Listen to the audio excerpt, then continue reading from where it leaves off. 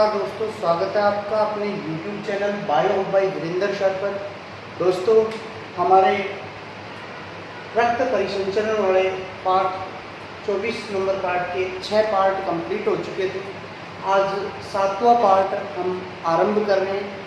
7वें part में हम पढ़ेंगे हृदय की कार्य प्रणाली। जो साथी हमसे पहली बार जुड़ रहे हैं वे हमारे YouTube channel bio by Virendra sir को लाइक शेयर एवं सब्सक्राइब अवश्य करें। चलिए आरंभ करते हैं। आज का टॉपिक हृदय की कार्य प्रणाली। तो मानव का जो हृदय है एक पेशीय संरचना है, यानी मानव हृदय है वो पेशीय पंप की भांति काम कर रहा है। इस प्रकार से पेशियां हैं वो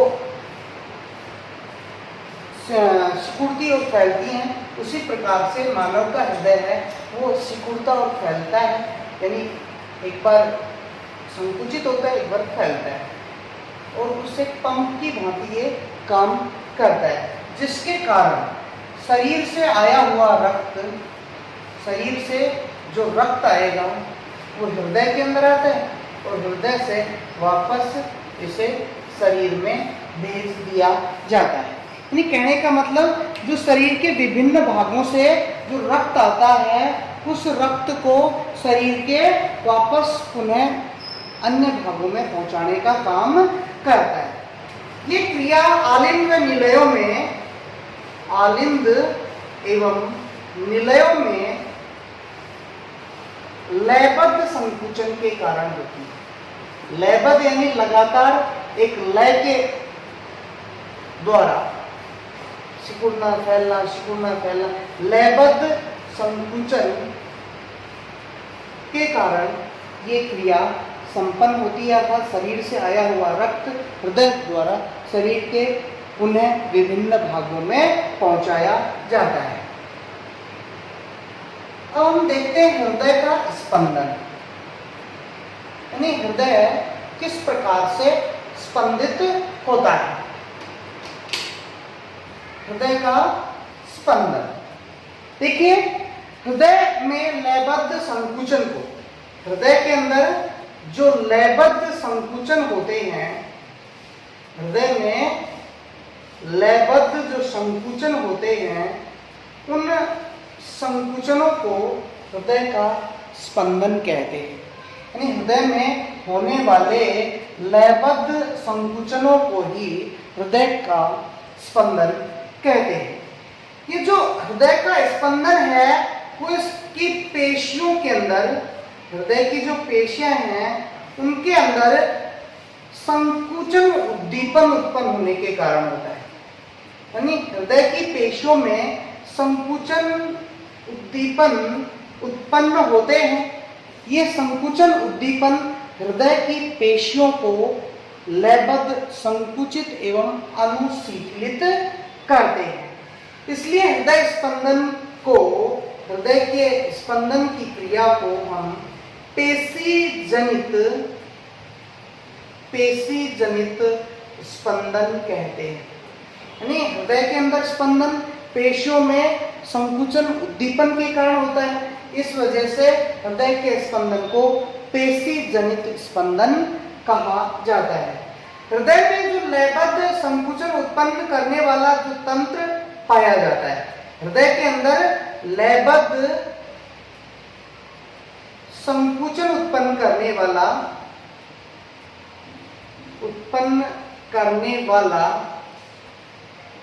तंत्र पाया जाता है।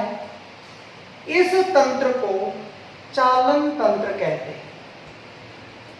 हृदय के अंदर लयबद्ध संकुचन उत्पन्न करने वाला एक तंत्र पाया जाता है, जिस तंत्र को चालन तंत्र कहा जाता है। दोबारा से एक बार देखते हैं इसको। हृदय की कार्य प्रणाली। हृदय एक पेशीय पंप की भांति काम करता है, जो शरीर के विभिन्न भागों से आए हुए रक्त को शरीर के विभिन्न भागों में वापस से पुनः पहुंचाने का काम करता है। हृदय के अंदर जो ये रक्त पहुंचाने की जो क्रिया है वो आलिंद और निलयों में लयबद्ध संकुचन के कारण उत्पन्न होती है।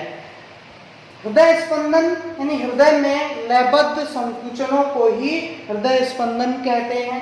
हृदय स्पंदन पेशियों के अंदर, हृदय की जो पेशियां हैं उनमें संकुचन उद्दीपन उत्पन्न होने के कारण होता है। संकुचन जो उद्दीपन है वो पेशियों में उत्पन्न होने के कारण हृदय स्पंदन को पेशी जनित स्पंदन कहा जाता है। लयबद्ध जो संकुचन उत्पन्न करने वाला तंत्र है उसे हम चालन तंत्र कहते हैं। अब ये जो चालन तंत्र है इसका निर्माण, यानी ये चालन तंत्र है, चालन तंत्र कौन कौन मिलकर के बनाते हैं? एक तो होता है कोटर आलिंद पर्व संधि। कोटर आलिंद पर्व संधि जिसे हम ऐसे नोड बोलते हैं, ऐसे नोड कहा जाता है, कोटर आलिंद पर्व संधि। दूसरा होता है अंतर पर्व संधि तंतु। अंतर पर्व संधि तंतु, अंतर पर्व संधि तंतु। इसके अलावा आलिंद निलय पर्व संधि, आलिंद निलय पर्व संधि जिसे एवी नोड कहा जाएगा, एवी नोड।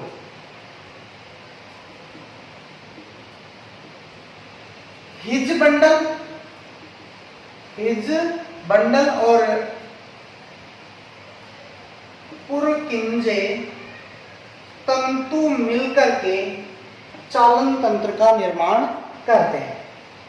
कोटर आलिंद पर्व संधि ऐसे नोड, अंतर पर्व संधि तंतु आलिंद निलय पर्व संधि AV node, His bundle Purkinje तंतु मिलकर के ये चालन तंत्र का निर्माण करते हैं। अर्थात हृदय में लयबद्ध संकुचन को जारी रखने का काम इन सभी भागों द्वारा संपन्न किया जाता है, जिसमें ऐसे नोड, अंतर पर्व संधि तंतु, एवी नोड, हिज बंडल और पुरकिंजे तंतु है। अब हम देखते हैं कि ये ऐसे नोड, ऐसे नोड, तो ये ऐसे नोड है वो दोनों आलिंदों के ऊर्ध्व महाशिरा के छिद्र के समीप, यानी जैसे ये हमारा हृदय है चतुष्कोष्ठीय, ये आलिंद निलय का पार्ट है, यहां से ये हमारे फेफड़े हैं,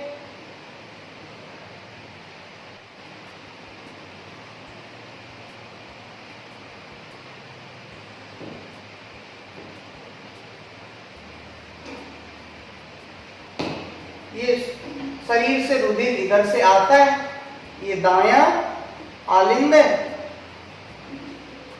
ये बायां आलिंद, ये दायां निलय और ये बायां निलय। इसे हम महाशिरा बोलते हैं। ये फुफ्फुसीय शिरा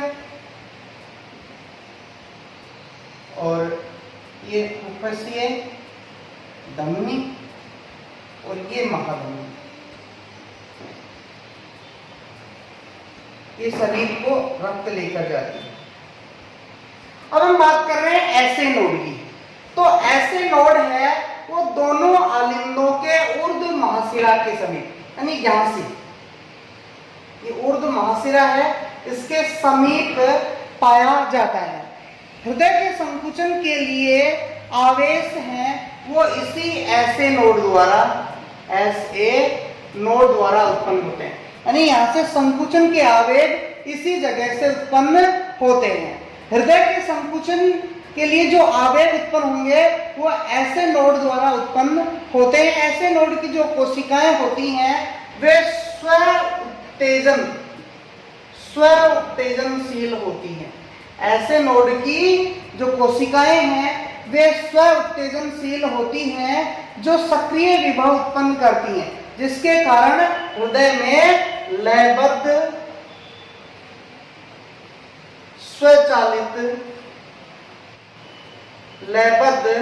स्वचालित संकुचन उत्पन्न होते हैं।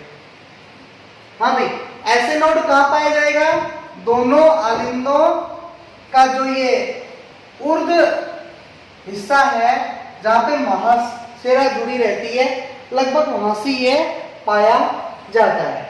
इसकी जो कोशिकाएं हैं स्व उत्तेजनशील होती हैं, इन्हीं के द्वारा जो संकुचन के आवेग हैं वो उत्पन्न होते हैं।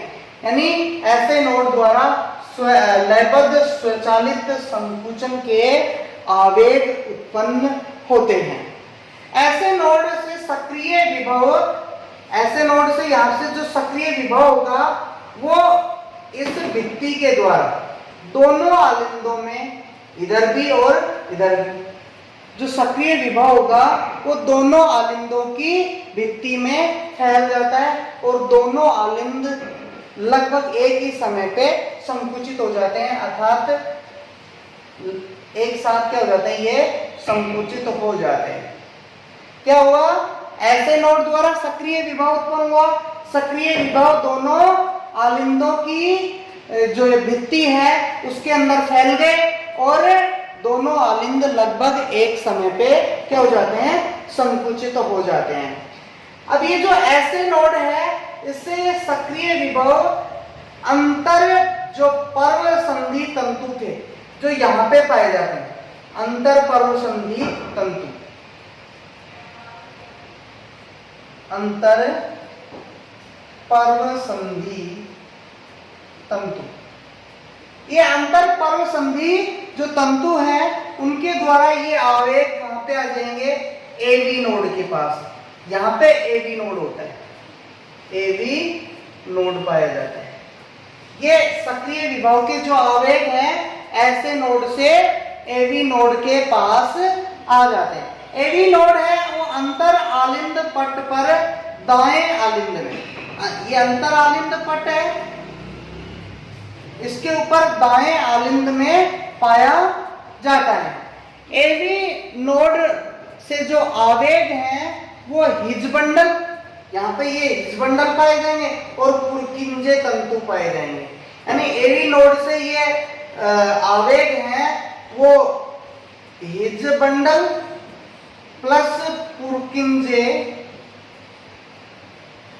हिजबंडल और पुरकिंजे तंतुओं द्वारा निलयों की भित्ति में संचारित कर दिए जाते हैं और निलय भी लगभग एक साथ संकुचित हो जाते हैं। निलय भी क्या हो जाते हैं, एक साथ फिर संकुचित हो जाते हैं। ऐसे नोड हैं, ऐसे नोड हृदय की गति का निर्धारण करता है। गति का निर्धारण किसके द्वारा किया जाता है, एसए नोड द्वारा किया जाता है। इसके जो आवेग उत्पन्न करने की दर है वो लगभग, इसके द्वारा जो आवेग उत्पन्न किए जाते हैं वो लगभग 72 से 80 बार प्रति मिनट होते हैं। ये आवेग उत्पन्न करने की दर है वो शिशुओं में अधिक होती है, इसी वजह से शिशुओं के हृदय की धड़कन है वो ज्यादा होती है। दोबारा से समझो, जो चालन तंत्र है उसका निर्माण ऐसे नोड, अंतर पर्वसंधि तंतु, एवी नोड और हिजबंडल और पुरकिंजे तंतु करते हैं। ऐसे नोड दोनों आलिंदों के जो अंतर आलिंद पट है उसमें महाशिरा के समीप पाया जाता है। इसकी कोशिकाएं स्व उत्तेजनशील होती हैं और लयबद्ध स्वचालित संकुचन उत्पन्न करती हैं, जिससे ये जो विद्युत आवेग उत्पन्न होंगे वो इस आलिंदों की भित्ति के जरिए पूरे आलिंदों की भित्ति, दोनों आलिंदों की भित्ति में फैल जाएंगे और आलिंद एक साथ क्या हो जाते हैं, संकुचित हो जाते हैं। यहां से ये जो सक्रिय विभव है ऐसे नोड से वो अंतर पर्व संधि तंतुओं द्वारा एवी नोड के पास लाया जाता है। एवी नोड है वो दोनों आलिंदों के अंतर आलिंद पट पर दाएं आलिंद की ओर स्थित होता है। अब यहां से एवी नोड द्वारा उत्पन्न सक्रिय विभव है वो हिजबंडल और पुरकिंजे तंतुओं द्वारा निलयों की भित्ति में संचारित कर दिए जाते हैं। अब निलयों की भित्ति में संचारित होने के बाद निलय, दोनों निलय एक साथ क्या हो जाते हैं, संकुचित हो जाते हैं। ऐसे नोड है वो हृदय की गति का निर्धारक है। कई बार पूछता है हृदय की गति का निर्धारक कौन है, तो आप क्या कहोगे, ऐसे नोड या कोटर आलिंद पर्व संधि एस ए नोड। ये लगभग 72 से 80 बार प्रति मिनट विद्युत आवेग या एक तरीके से लयबद्ध संकुचन उत्पन्न करता है, जिससे हृदय है वो धड़कता है। नेक्स्ट हमारा टॉपिक है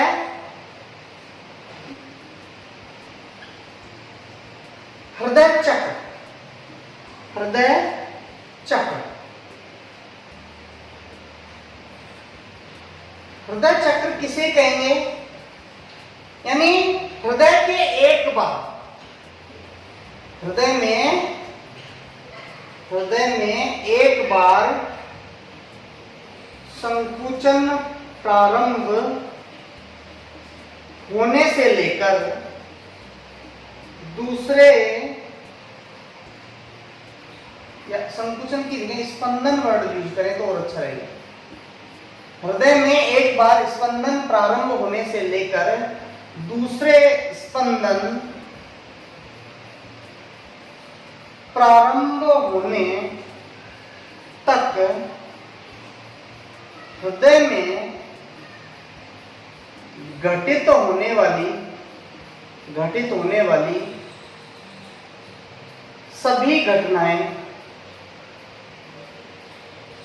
क्या कहलाती हैं, सभी घटनाएं को सम्मिलित रूप से क्या कहा जाता है, हृदय चक्र कहा जाता है। यानी हृदय में एक स्पंदन आरंभ होने से लेकर, हृदय के अंदर एक स्पंदन आरंभ होने से लेकर दूसरे स्पंदन के आरंभ होने तक हृदय में जो भी घटनाएं घटित होंगी, यानी आलिंदों का संकुचन होगा, निलयों का संकुचन होगा, ऐसे नोड द्वारा सक्रिय विभव उत्पन्न किया जाएगा, जो भाई अंतर आलिंद पर्व संधि जो तंतु है उनके द्वारा एवी नोड के पास जाएगा। एवी नोड के द्वारा जो विद्युत आवेग हैं वो पुरकिंजे तंतु और हिजबंडल द्वारा निलयों में भेजे जाएंगे। वो सभी प्रक्रियाओं को सम्मिलित रूप से क्या कहा जाता है, हृदय चक्र कहा जाता है। सामान्यतः एक हृदय चक्र को पूरा होने में, एक हृदय चक्र को पूर्ण होने में लगभग 0.8 सेकंड का समय लगता है। सामान्यतया एक हृदय चक्र को पूरा होने में कितना, 0.8 सेकंड का समय लगता है। एक चक्र के अंदर ये एक हृदय चक्र है, उस एक हृदय चक्र में दो प्रावस्थाएं होती हैं। सामान्यतः कितनी प्रावस्थाएं हैं, दो प्रावस्थाएं। कौन कौन सी दो प्रावस्थाएं हैं भाई, एक तो होता है अनुशीतलन,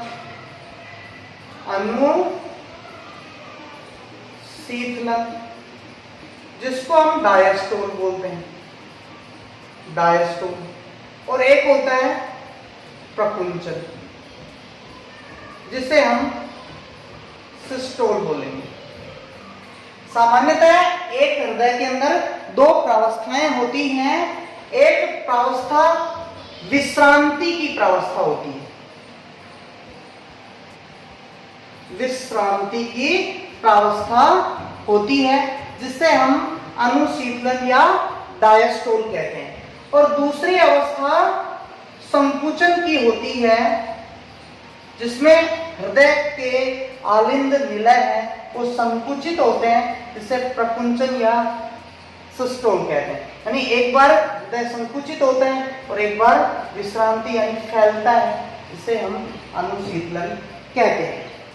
अब ये जो इन दोनों प्रावस्थाएं हैं इनमें क्या होगा भाई, एक बार तो आलिंद अनुशीतलित होंगे, एक बार आलिंद प्रकुंचित होंगे, इसी तरह एक बार निलय अनुशीतलित होंगे और एक बार निलय प्रकुंचित होंगे। तो अब इनको हम अलग अलग पढ़ते हैं। चलिए हम स्टार्ट करते हैं आलिंदों का अनुशीतलन। आलिंदों का अनुशीतलन, आलिंदों का अनुशीतलन यानी हृदय चक्र के दौरान, हृदय चक्र के दौरान आलिंद एवं निलय ज्यादा समय तक विश्रांति, कौन सी अवस्था में होते हैं, विश्रांति या अनुशीतलित अवस्था में रहते हैं।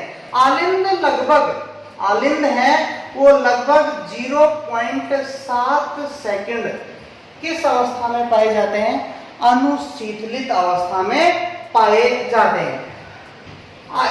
इनकी विश्रांति अवस्था में, इनकी जो विश्रांति अवस्था होगी उस विश्रांति अवस्था में क्या होगा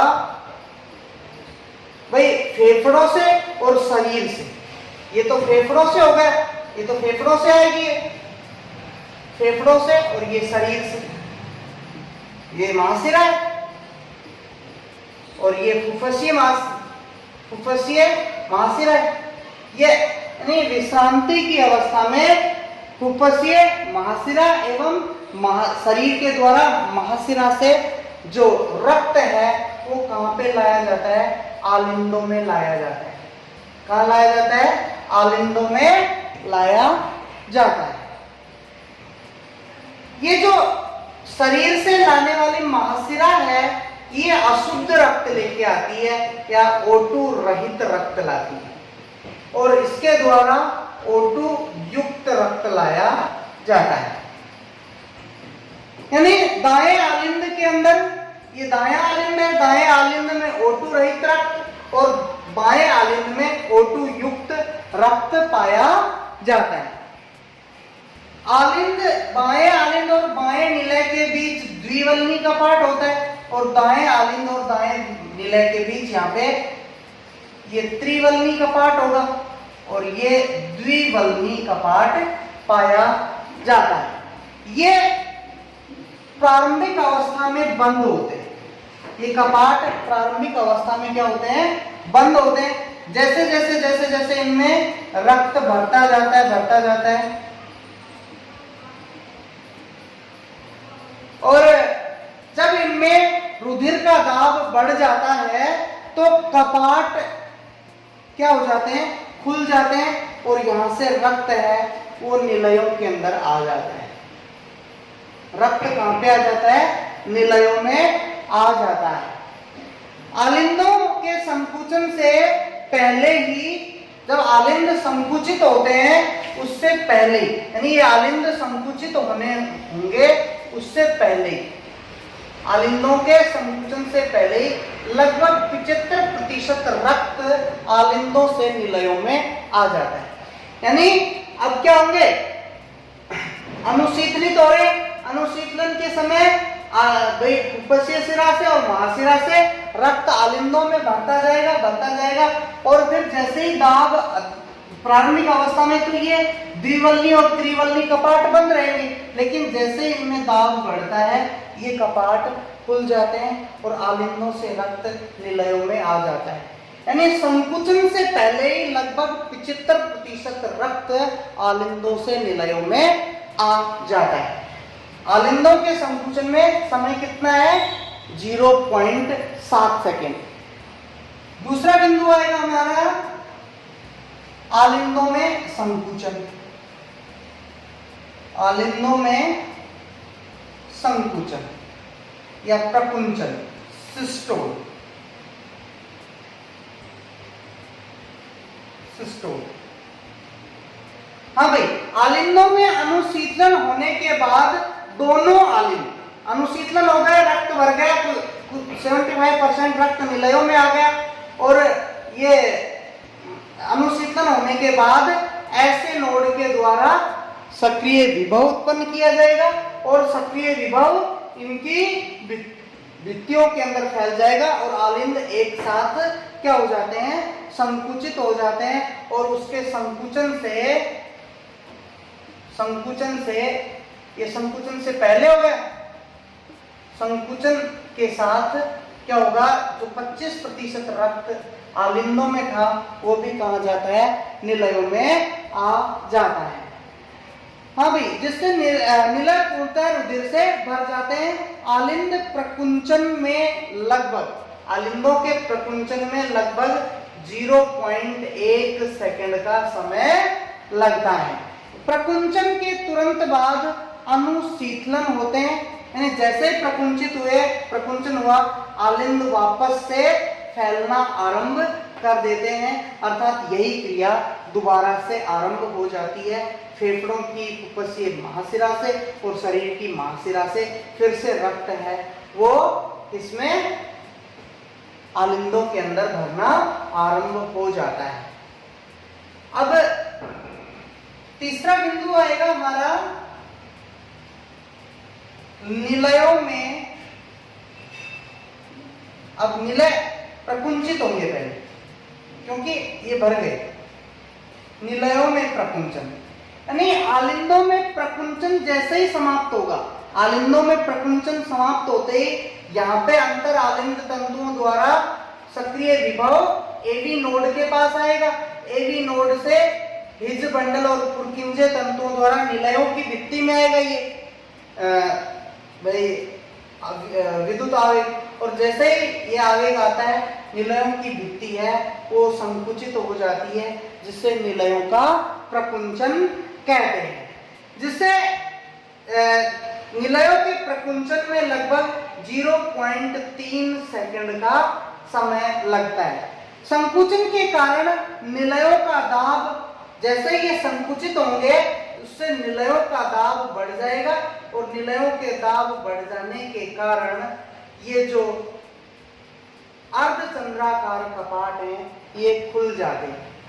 ये तो रक्त को फेफड़ों में ले जाता है, यहाँ से रक्त को तो फेफड़ों में ले जाया जाएगा और यहाँ से रक्त को शरीर के विभिन्न भागों में पहुंचा दिया जाएगा। यानी जैसे इनका दाब बढ़ेगा ये द्विवल्नी और त्रिवल्नी कपाट तो बंद हो जाएंगे और अर्धचंद्राकार कपाट हैं वो खुल जाते हैं और रक्त है वो फुफ्फुसीय महाशिरा द्वारा तो फेफड़ों में और